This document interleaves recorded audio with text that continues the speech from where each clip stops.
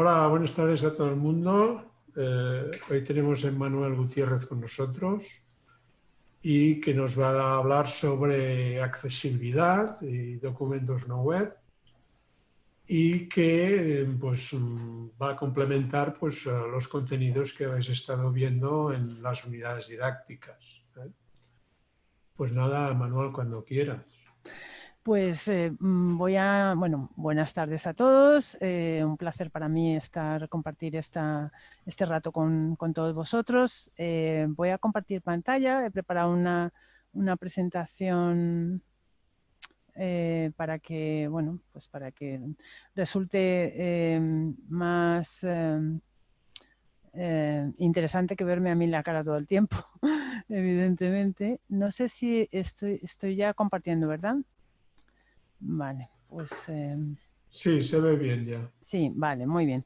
Vale, pues a ver, yo había planteado explicar un poco en qué nos beneficia a cada uno de nosotros aprender sobre accesibilidad. Bueno, supongo que ya los aquí presentes ya me conocéis, sabéis a qué me dedico, de dónde vengo y a dónde voy no lo sé ni yo, pero bueno, tenéis una idea más o menos de quién soy yo. De todas maneras, la presentación la he colgado de manera que la podéis tener a vuestra disposición. La primera cuestión a plantearse es de qué hablamos cuando hablamos de accesibilidad digital. Bueno, estoy segura de que todos conocéis el concepto de usabilidad, porque es un concepto que ha tenido una muy amplia difusión y que resulta muy atractivo, sobre todo para desarrolladores y diseñadores. Recordemos que una de las definiciones de la usabilidad nos dice que es la medida en la cual un producto puede ser usado por usuarios específicos para conseguir objetivos específicos con efectividad, eficiencia y satisfacción en un contexto de uso especificado. En cambio, la accesibilidad me temo que vosotros estáis viendo lo mismo que yo, quiere decir que veis vuestras caritas también, ¿no? Entonces voy a ponerlas en el medio porque si no va a tapar los textos. En cambio, la accesibilidad, en la accesibilidad buscamos lo mismo, eficiencia, eficacia y satisfacción. Lo que pasa es que la buscamos para todas las personas en cualquier contexto de uso y por tanto no para un único tipo de usuario en un contexto de uso dado con unas características específicas. Entonces esa es la diferencia principal, pero el objetivo último, tanto de usabilidad como de accesibilidad, es conseguir la eficiencia, eficacia y satisfacción. No voy a entrar mucho, bueno, no voy a entrar nada en la historia de las pautas y todo esto porque ya lo tenéis en los apuntes. Lo que sí quería hacer hincapié es en la diferencia entre la última versión de las pautas, la 2.1 y la versión anterior. Que por cierto, en esta transparencia hay un error de accesibilidad y quiero dar un premio a quien lo descubra. Mientras tanto voy contando, bueno, en la versión 2.1 se ha añadido un único criterio nuevo, que es el de modalidades de entrada, y se han añadido, bueno, pues una serie de criterios, ahora veremos exactamente cuántos, de distintos niveles. El fallo de accesibilidad está, a ver, ratoncito, espérate que se me salta, aquí. Es que yo he añadido todos los criterios nuevos de la 2.1 y por alguna razón, en la aplicación en la que creé la imagen, pues se puso en texto blanco sobre amarillo. Evidentemente no se ve nada de nada de nada.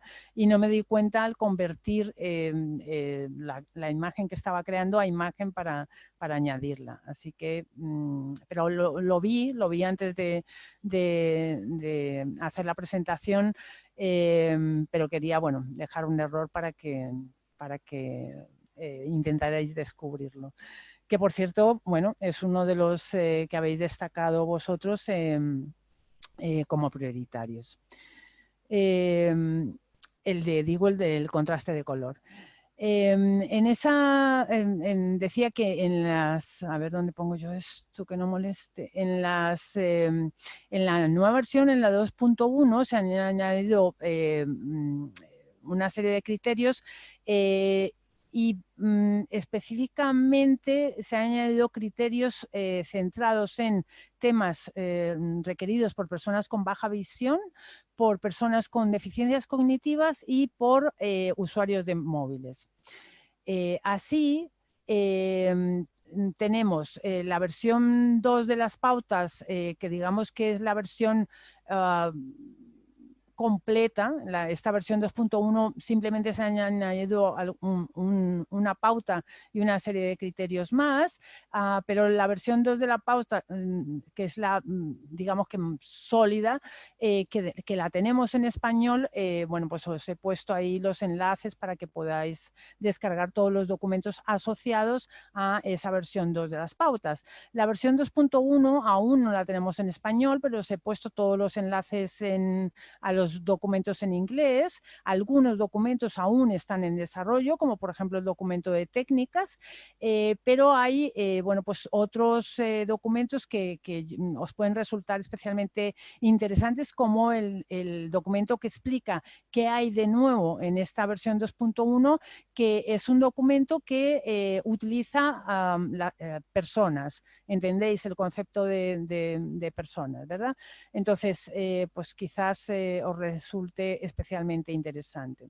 Y como decía, en esa nueva versión, bueno, pues se mantienen los 4 principios de la anterior, tenemos una pauta más, tenemos 17 criterios más, por tanto ahora en total tenemos 78 criterios y tenemos casi 600 técnicas.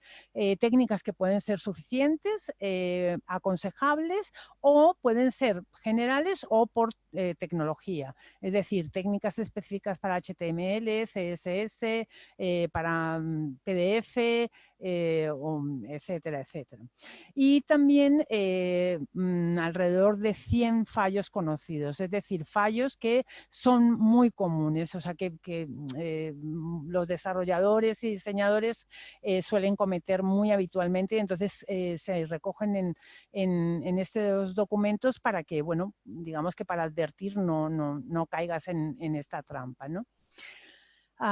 Como sabéis, los principios son 4: perceptible, comprensible, operable y robusto. Y bueno, pues repasemos rápidamente cuáles son las pautas asociadas a esos principios. Para el principio perceptible tenemos el de alternativas de texto, que habéis destacado como especialmente relevante, los subtítulos y las alternativas para los contenidos audiovisuales, que el contenido sea adaptable, es decir, que funcione con las ayudas técnicas y que haya contraste suficiente, que es justamente el fallo que comentaba que había allí.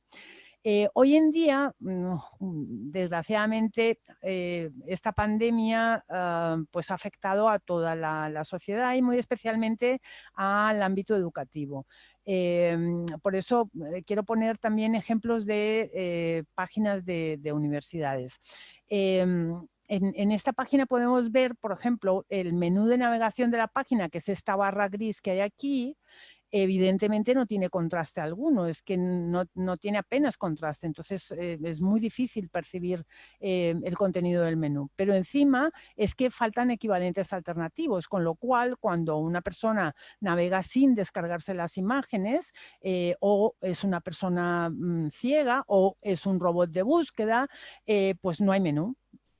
No hay menú, simple y sencillamente ha desaparecido, no hay manera de llegar a los contenidos de la página. Entonces es un error muy, muy grave.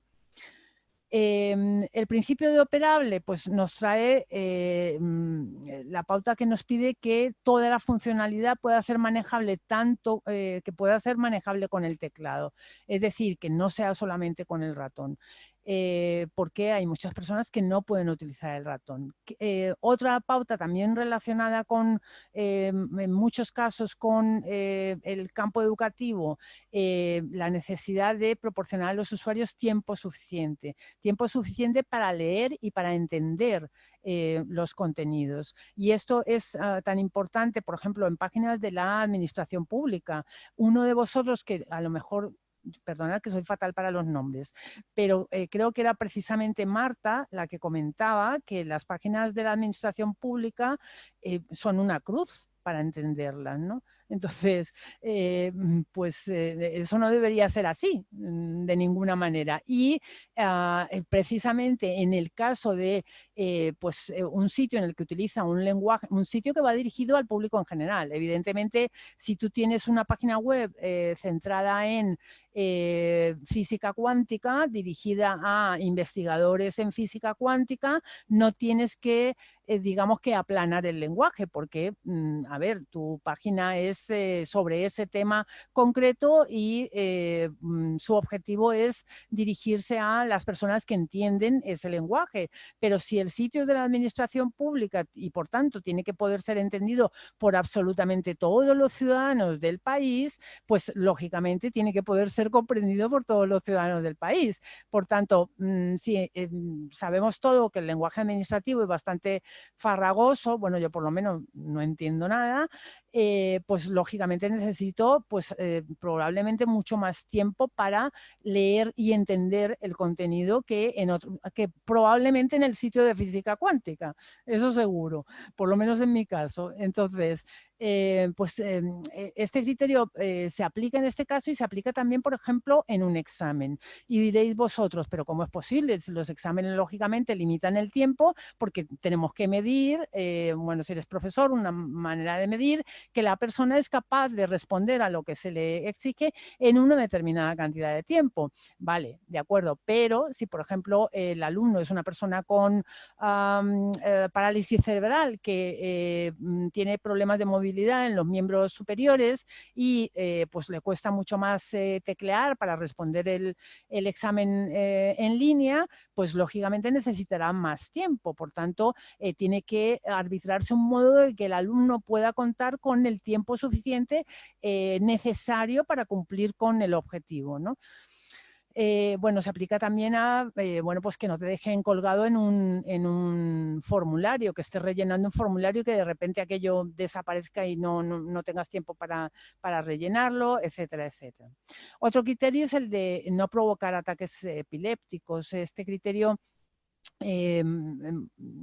se dirige, tiene en cuenta a las personas con epilepsia fotosensitiva y nos puede parecer una cosa como muy rara, pero no es tan rara. Ha ocurrido, por ejemplo, en los Juegos Olímpicos de Australia, tuvieron que cambiar la publicidad que habían creado porque podía generar ataques epilépticos.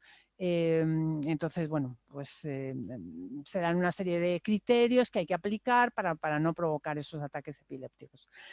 Otro criterio es ayudar a los usuarios a navegar y a encontrar el contenido. Hay una serie de técnicas sobre cómo hacer esto y también ofrecer diversas modalidades de entrada. Nuevamente que se pueda utilizar formas alternativas de introducir información. Y aquí he puesto, bueno, como ejemplo, esto es de la misma universidad, pero es un ejemplo, bueno, que no debería existir, y es que todo el contenido está organizado, dispuesto, utilizando una tabla. Esto es algo que no te puedes creer que en pleno siglo XXI pueda ocurrir, pero lamentablemente es así, ¿no? Absolutamente todo el contenido dispuesto en una tabla, y eso crea muchos problemas a los usuarios lectores de pantalla, y luego además es una tontería porque le crea problemas al propio desarrollador en el momento en el que quiera hacer alguna modificación o le pidan que haga alguna modificación en esa página web. Entonces, bueno, pues no tiene mucho sentido, pero ocurren esos errores tan gordos, pues los encontramos. El principio de comprensible lo que nos pide es que los textos sean legibles y comprensibles, que el contenido aparezca y se maneje de manera predecible, es decir, que si un elemento de menú está colocado en un determinado lugar, esté siempre en ese lugar, es decir, que no vayas, que navegas por el sitio y de repente las cosas aparecen o desaparecen o están en un sitio arriba, abajo, a la izquierda, a la derecha, no puede ser. O sea, los elementos, la navegación por el sitio, mis acciones en ese sitio tienen que poder ser predecibles. Yo tengo que poder saber dónde voy a encontrar el menú, dónde voy a encontrar determinados elementos que son esenciales para la navegación. Y también ayudar al usuario a evitar y a corregir errores, es decir, proporcionarle ayuda en contexto y que, por ejemplo, si se trata de enviar un formulario, pues que se pueda volver para atrás, que no te digan, no, o sea, que a veces crean los formularios de tal manera que no puedes corregir algo que has escrito anteriormente, sino que tienes que volver a empezar todo el formulario y eso desde luego pues no puede ser. En este caso, bueno, esta es otra universidad, el ejemplo está porque es una página en la cual hay contenido en varios idiomas y no está marcado ese contenido como indicación de en qué idioma está el contenido. Y eso crea problemas principalmente para las personas usuarias de lectores de pantalla, pero luego también podemos pensar en los robots de búsqueda e indización. Evidentemente, si hay contenido en un determinado idioma y, bueno, pues estamos utilizando una aplicación de traducción, pues lógicamente no va a poder hacer la traducción correctamente. Y los robots de búsqueda e indización no van a poder determinar que el contenido de la página está en un determinado idioma tampoco, si no está indicado claramente cuál es el contenido, el idioma principal de la página y cuándo en esa página hay cambios en el idioma principal de la página. Y finalmente el principio de robusto, que solo tiene un criterio que nos pide que incrementemos la compatibilidad con las tecnologías actuales y las futuras, que eso es fundamental, es decir, que utilicemos tecnologías estándares que están preparadas para adaptarse al futuro. Y entonces, ¿cuáles son los beneficios de la accesibilidad? Bueno, pues el principio básico es que una sociedad de la información accesible es una sociedad de la información para todos y por tanto es una sociedad de la información más inclusiva. Hablo todo el tiempo de personas con discapacidad, usuarios de lectores de pantalla, hablamos de personas sordas, personas ciegas, etcétera, etcétera. Sí, por supuesto, personas con problemas de movilidad o personas con problemas cognitivos, por supuesto. Las pautas de accesibilidad están pensadas para atender a las necesidades de las personas con discapacidad, pero también y por tanto a usuarios en situaciones que les asimilan a una persona con discapacidad, como por ejemplo cuando tenemos los ojos ocupados o las manos ocupadas, por ejemplo cuando estamos en un ambiente muy ruidoso o todo lo contrario, si estamos por ejemplo en una biblioteca y no podemos hacer ruido y necesitamos ver un vídeo, pues lógicamente no podemos poner el sonido, por tanto los subtítulos pues nos vienen fantástico en ese caso porque podemos enterarnos de lo que dice el vídeo sin hacer ruido, ¿no? O por ejemplo una de las cosas que mencionabais, no sé si era justamente Lander, el ancho de banda estrecho, que esa es una cuestión crucial que parece ser que el mundo ahora de repente se ha dado cuenta, ahí va, si resulta que no todo el mundo tiene un ancho de banda, no todos los estudiantes tienen conexión a internet, etcétera, etcétera. Pues es así, se sabía desde hace mucho tiempo, o sea, lamentablemente no todo el mundo tiene acceso a la banda ancha. En España solamente el 30% de la población, y eso que es un país rico, y por tanto es una cuestión que hay que tener en cuenta. Perdonad, voy a beber porque si no...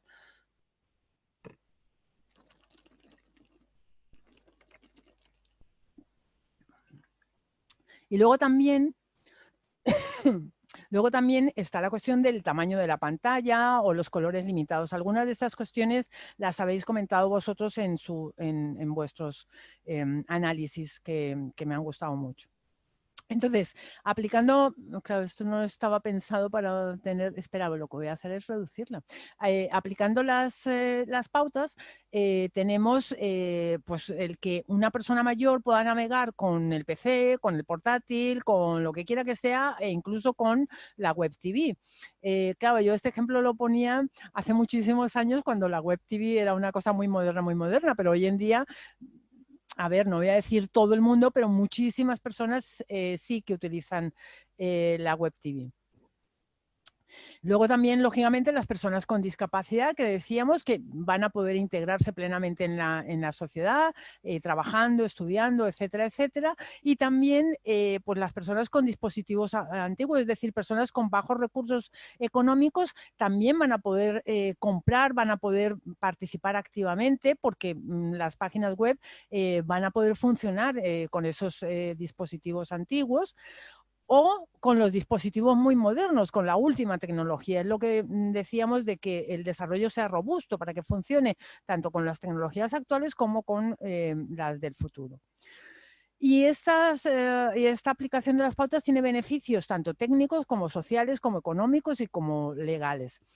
Los sociales, bueno, creo que son bastante claros, son el incremento de la participación de las personas con discapacidad en la sociedad, y que tengamos una sociedad más integradora, y los beneficios económicos para la empresa o institución que habilita su página web de manera accesible, pues lógicamente está en el incremento del número de usuarios, el número de visitas o el número de personas que compran un producto, pero luego también en la imagen de responsabilidad social. Eso proporciona muchos réditos, o sea, el dar una imagen de ser socialmente responsable, ya sea para una empresa privada, ya sea para una institución, pues da muy buena imagen, y esa imagen redunda en mayor número de usuarios amigos, digamos, ¿no? Y tenemos que tener en cuenta que nuestra sociedad envejece y que hay un incremento de la discapacidad, ya sea por accidentes o también por la longevidad. Es decir, tenemos una prevalencia de la discapacidad dada por la mejora de la salud pública y por el nivel de vida. Y esas personas con discapacidad son personas que tienen un alto poder adquisitivo, o pueden tener un alto poder adquisitivo, y por tanto pueden ser un público, tanto las personas mayores como las personas con discapacidad, un público a tener en cuenta desde el punto de vista económico. Luego hay también beneficios tecnológicos, como la reducción de los tiempos de o sea, de la carga en el servidor por el espacio que ocupan las páginas, de reducción de tiempo dedicado a actualizaciones. Como veíamos, el ejemplo que he puesto de una página creada disponiendo el contenido mediante una tabla, pues eso, cuando tengas que modificarlo, es una cruz. En cambio, si dispones el contenido con hojas de estilo, pues es tan fácil como modificar la hoja de estilo y ya tienes modificado el contenido de todo el sitio. Entonces, en fin, que conviene mucho aplicar las pautas de accesibilidad. Y otra cuestión importante es la SEO gratis, que se consigue aplicando las pautas de accesibilidad. Y hablando de gratis, creo que bueno, se lo comentaba yo, creo que quizás era Alander, el costo del diseño de accesibilidad. Si la página web se diseña teniendo en cuenta la accesibilidad desde el principio, es decir, si diseñadores y desarrolladores tienen en sus hábitos de trabajo integrado el aplicar las pautas de accesibilidad, el coste es cero. Ahora, si tenemos que reformar un sitio que ya está creado, pues va a ser mayor del 5% del presupuesto, y eso lo vimos. Un muy buen ejemplo fue la página web de los Juegos Olímpicos de Sydney, que tuvieron que rehacerla, y pues eso, pues costó más del 5%. Y luego tenemos también beneficios legales de aplicación de normativas o legislaciones internacionales y nacionales. Y y bueno, tenéis aquí, os he puesto el enlace a la legislación que se recoge en el sitio de SIDAR, porque bueno, pues sin saber exactamente de dónde iban a ser los alumnos, pues no podía ahondar más en el tema y está recogido en los apuntes, o sea que tampoco creo que merezca la pena ahondar más. En cuanto a la relación entre accesibilidad y SEO, lo hemos visto en los apuntes y por tanto, bueno, pues tampoco voy a incidir más en ello. Tenía aquí un ejemplo de unas imágenes de texto que lógicamente, bueno, pues si tiene el texto alternativo van a redundar, un texto alternativo correcto, van a redundar en una mejora del posicionamiento, pero luego además está también la cuestión de las barreras comunes existentes para en el contexto de uso de discapacidad, en el contexto de uso móvil. Hay tal equivalencia que aplicar las pautas de accesibilidad supone un mejor diseño móvil. Por tanto, la accesibilidad nos beneficia absolutamente a todas las personas, a toda la sociedad. Pero yo quería ir más allá de estas cuestiones básicas de accesibilidad y hablar un poco sobre cuál es el impacto de la accesibilidad en la inteligencia artificial y cómo ese impacto de la accesibilidad en la inteligencia artificial puede afectar y mucho, incluso llegando a la muerte a una persona. Hay un dato bastante triste, sinceramente, que quizás, no sé, tenemos hoy en día la esperanza de que con esta maldita pandemia la sociedad cambie, todos cambiemos y nos hagamos más solidarios y no se sabe qué pasará. Pero el hecho es que antes de esta maldita pandemia se habían hecho estudios y se había encontrado que los alumnos, que había descendido hasta en un 48% el nivel de empatía de los estudiantes universitarios en Estados Unidos y que había caído hasta en un 34% la capacidad para ver las cosas desde la perspectiva del otro. Y ese dato es triste y peligroso. Y ahora veremos por qué. A ver, la inteligencia artificial se está utilizando mucho hoy en día y cada vez más en la universidad. Incido mucho en el tema de la universidad porque digamos que es el tema de moda hoy en día, por aquello de la pandemia también. Bueno, se están utilizando inteligencias artificiales tanto para cuestiones de gestión universitaria como para apoyo docente, ¿no? Y lógicamente, si tú utilizas un sistema, el que quiera que sea, en un entorno universitario, pues debe ser accesible. Debe ser accesible porque en la universidad se supone que puede haber alumnos bueno, pues, que pueden encontrarse en muy diversas situaciones de vida, ¿no? Y por tanto, bueno, yo he puesto aquí el ejemplo de una chatbot que creé yo misma para una universidad en América Latina. Y lo que digo es que lógicamente pues ese elemento de inteligencia artificial no solamente tiene que parecer, sino que tiene que ser inclusiva, porque en este caso concreto era una chatbot que se dedicaba a promover y ayudar ayudar a denunciar el acoso sexual en la universidad y promover prácticas en contra de ese acoso sexual, ¿no? Entonces, pues lógicamente, pues tiene que ser accesible, tiene que ser inclusiva, tiene que tratar con respeto a todas las personas. Y lógicamente no puede ser ni racista ni sexista. En Europa tenemos ya unas directrices éticas para bueno, estamos trabajando en ellas, unas directrices éticas para una inteligencia artificial confiable. Tengo, bueno, pues el honor de participar, de ser miembro de la Asamblea Europea de Inteligencia Artificial. Bueno, pues está trabajando justamente en eso, en definir cómo deben ser las inteligencias artificiales para evitar sesgos injustos, para evitar ese racismo, sexismo, en fin, para evitar cualquier tipo de sesgo, para que incluyan, para que sean accesibles, para que incluyan los principios del diseño universal y para bueno, pues lograr la participación de todas las partes interesadas en esta definición de las directrices éticas para una inteligencia artificial confiable.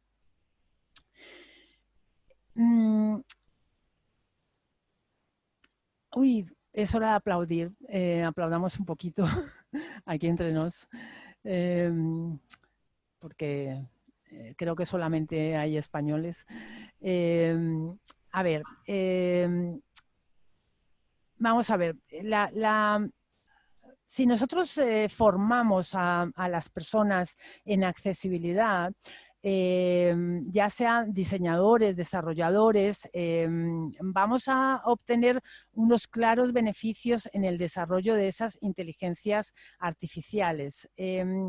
Pero tenemos que formarles en accesibilidad, y aquí pongo el ejemplo de las personas que utilizamos desde la Fundación CIDAR para enseñar accesibilidad. También contamos con una serie de personas que se han desarrollado recientemente dentro de un proyecto europeo llamado Acacia para trabajar sobre necesidades de integración, sobre inclusión. Y por tanto son unas personas bueno, pues que explican una serie de posibles problemas o limitaciones como el acoso sexual, el conflicto armado, intolerancia religiosa, etcétera, etcétera.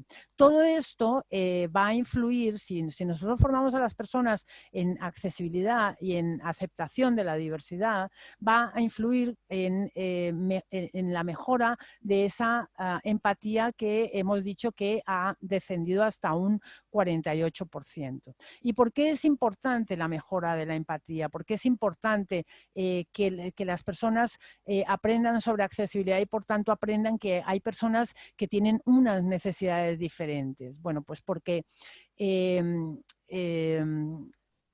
el 2014, si no recuerdo mal, voy a poner un ejemplo, Windows creó una inteligencia artificial, un chatbot, en realidad, un agente conversacional que se llamaba Tai, y lo creó para el mercado occidental, ¿vale?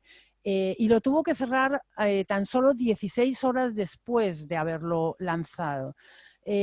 Y tuvo que disculparse porque este chatbot empezó a generar mensajes racistas y sexistas. Aprendió, por ejemplo, a decir cosas como que Hitler no hizo nada malo, o que el Holocausto es una invención. Entonces, por eso tuvieron que cerrarlo inmediatamente. En cambio, la misma Microsoft creó otra chatbot llamada Xiao Eyes para charlar con ciudadanos chinos. Y ha estado funcionando desde 2014 hasta hoy sin ningún incidente. Además, esta chatbot ha aprendido a ser poeta, a ser cantante, a ser diseñadora, a ser periodista, entre muchas otras cosas. Claramente, desde mi punto de vista, hay unas diferencias culturales y educativas que parecen tener una clara influencia sobre estos chatbots. Y es que los chatbots, por su propia naturaleza, aprenden de los usuarios con los que se relacionan. Entonces, los usuarios occidentales digamos que utilizaron la chatbot y le lanzaron una serie de mensajes de información, entre comillas lo de información, que hicieron que ella aprendiera de ellos y aprendió a ser racista, sexista, etcétera, etcétera. La chatbot china En cambio, bueno, dirigida al público chino, en cambio, aprendió a ser delicada, a ser poética, a ser diseñadora, a ser artística, crea artículos, en fin, ha aprendido a ser más inteligente y más, entre comillas, sensible. Evidentemente es una chatbot, no puede tener sensibilidad alguna, ¿eh? Entonces, lógicamente, si nosotros enseñamos accesibilidad, si nosotros aprendemos sobre accesibilidad, si nosotros aprendemos que hay personas con otras necesidades, si nosotros aprendemos a ponernos en el lugar del otro, a ponernos en el lugar de una persona ciega, ponernos en el lugar de una persona sorda, de una persona con problemas de movilidad, etcétera, etcétera, que es lo que tenemos que hacer cuando aprendemos a aplicar las pautas de accesibilidad para el contenido web, pues lógicamente seremos unas personas con unas condiciones de interacción y también de capacidad para la creación de esas inteligencias artificiales que va a hacer que sean menos segregadoras, menos sexistas, menos racistas, etcétera, etcétera. Os pongo otro ejemplo, y este no es de los más graves, es un DJ neozelandés de origen asiático al que le negaron el pasaporte porque el sistema de inteligencia artificial que debía determinar si se le debía dar un nuevo pasaporte o no, determinó que esta persona tenía los ojos cerrados. Lógicamente él no puede abrir más los ojos, es que es así. Pero ¿qué pasa? Pues que la aplicación de inteligencia artificial pues había sido entrenada con imágenes o con rostros de personas blancas o de personas con ojos, sí, de personas blancas, básicamente, y de personas con ojos más redondos, más abiertos. Entonces, pues le pareció pues que esta persona estaba con los ojos cerrados. Pero hay casos mucho más sangrantes, casos incluso que han llevado por poco al suicidio. Entonces, hay que... es muy importante el cómo formamos a diseñadores y desarrolladores, es esencial porque puede llegar a causar mucho daño a una persona, a un ser humano. Nuevamente, nos beneficiamos todos si enseñamos accesibilidad, si aprendemos accesibilidad, nos beneficiamos todas las personas. Y por mi parte nada más, pues solo me queda daros las gracias y bueno, pues estoy a vuestra disposición para cualquier aclaración que preciséis.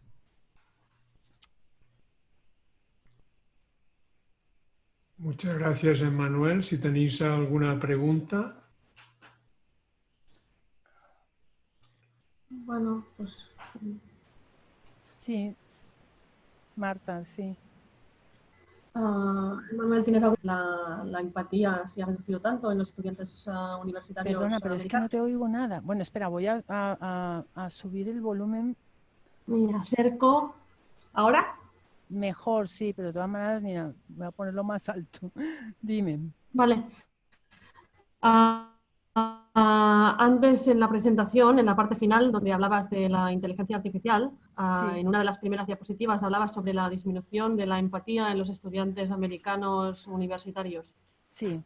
¿Alguna teoría de por qué esto es así? ¿Alguna teoría de, perdona? ¿Alguna teoría de por qué se ha reducido la empatía en este...? Sí, sí. Bueno, en fin, la teoría... la teoría, pero a ver, yo no te lo puedo asegurar en este momento. Quiero decir, yo creo que en ese sentido habría que hacer muchos más estudios, pero en principio en este estudio apuntaba a que podía deberse al uso de tecnologías de la información, al estar muy centrados en nuestras pantallas y, bueno, pues estar... Pero ya digo, desde mi punto de vista, creo que habría que hacer más estudios para ahondar en las razones de por qué ha descendido tanto la empatía entre los estudiantes. a ver, también hay que ser claros. Yo creo que no es extrapolable a todas las, bueno, ningún estudio que se haga en una determinada población es extrapolable a otras poblaciones sin más. Y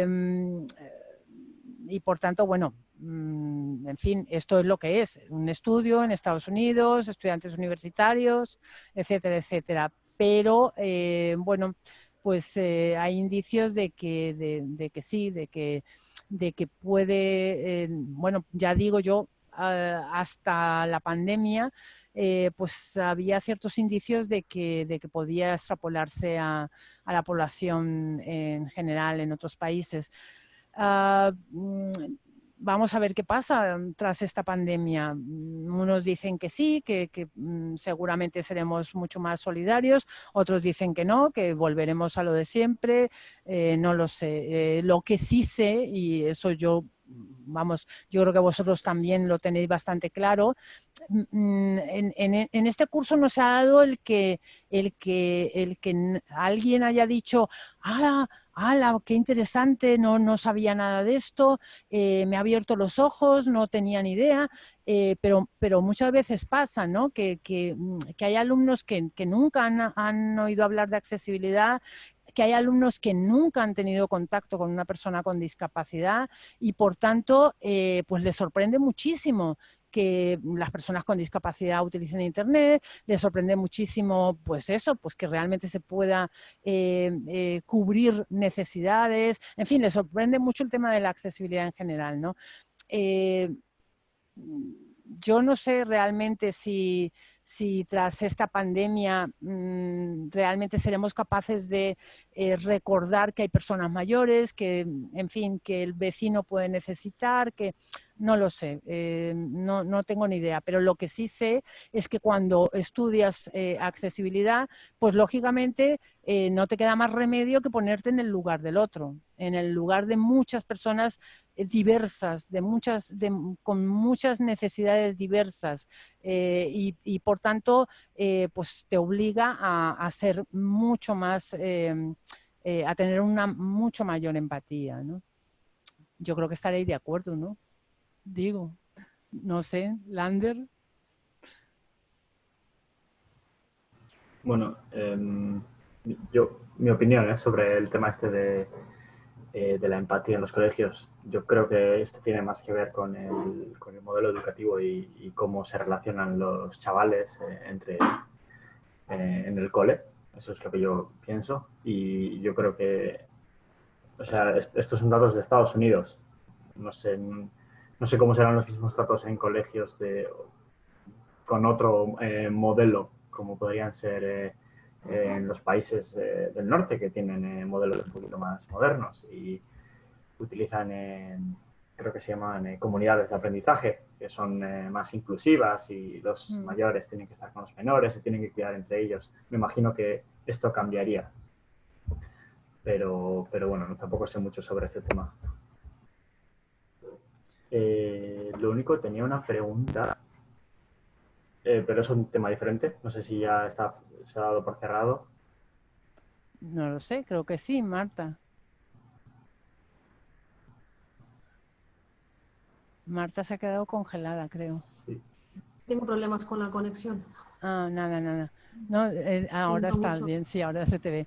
No, digo que pregunta Lander si ya ha quedado respondida tu pregunta. No, se ha congelado otra vez. Sí, claro. ¿Eh? Ahora.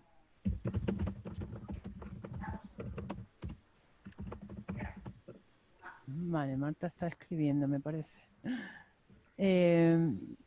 Lander. Aquí está, vale. Te quería preguntar sobre el tema yendo un poquito al tema del diseño, ¿cuál es tu opinión sobre hasta qué punto la accesibilidad condiciona el diseño, la parte estética, digamos la parte visual, atractiva? No sé, ¿cuál es tu opinión sobre ese tema? Muy buena pregunta, o muy habitual pregunta. Sí, Hoy en día en absoluto, pero en absoluto. Hace muchos años, pero muchísimos años, en el siglo pasado además, sí podía tener una cierta incidencia porque, bueno, pues porque no había la potencia de hojas de estilo que hay hoy en día.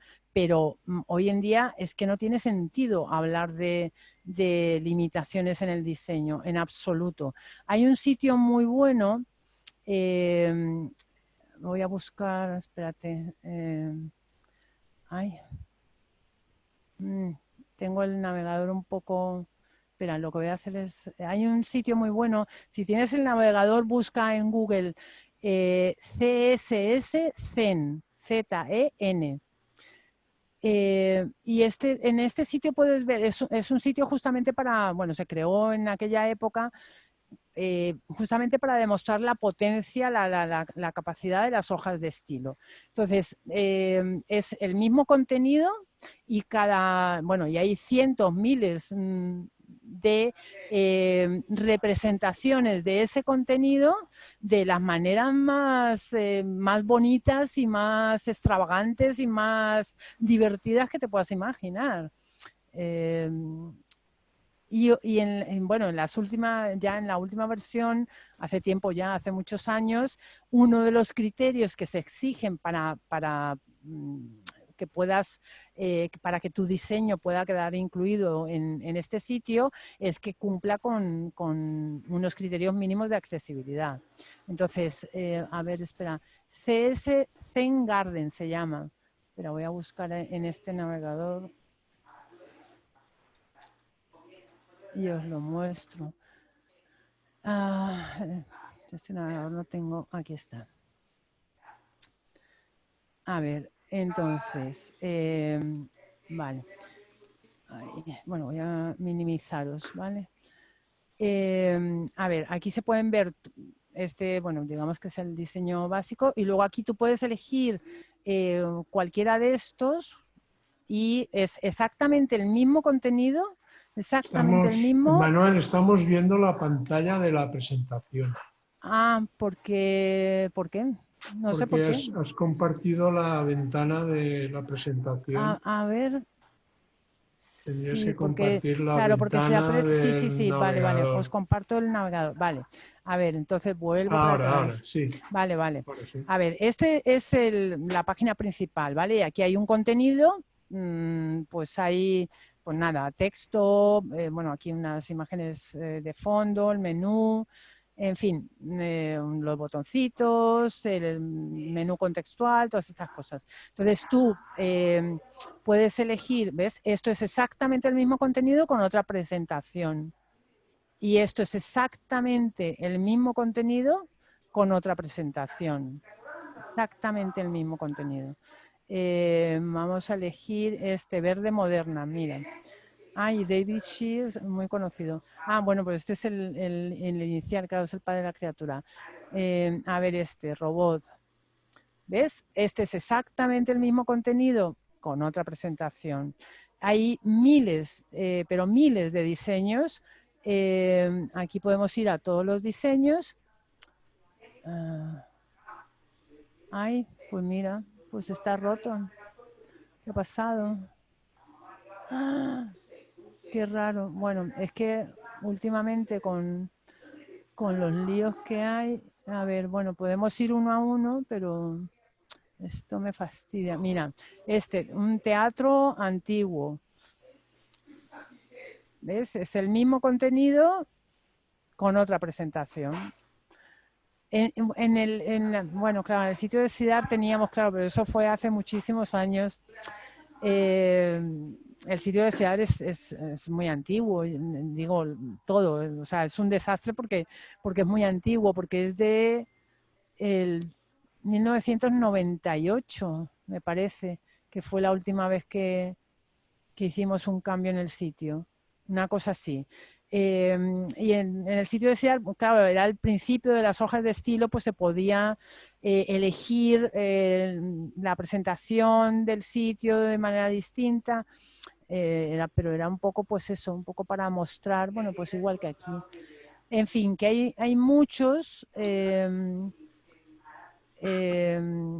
¿ves? Es para mostrar simplemente que utilizando adecuadamente las hojas de estilo tú puedes conseguir pues precisamente el estilo visual que te apetezca y en fin. Y esto no tiene por qué estar reñido con la accesibilidad. Si está bien hecho, puede ser perfectamente accesible. Vale. Pues nada, pues no sé si hay alguna otra pregunta y si no, nos vamos porque ya hemos pasado el tiempo. Pues muchas gracias, Emmanuel, muchas gracias, Lander y Marta. Y lo dejamos aquí y seguimos en contacto. Perfecto. Muchísimas gracias por vuestra asistencia. Muchas gracias, Marta. Ah, mira, Marta lo conocía. Sí. Y nada, pues seguimos a través de la web. Sí, y espero que en el futuro pues tengamos oportunidad de encontrarnos presencialmente y darnos un abrazo, que es lo que está deseando todo el mundo en estos tiempos. Y nada, cuidaros mucho y hasta pronto. Venga, Chao, adiós. chao.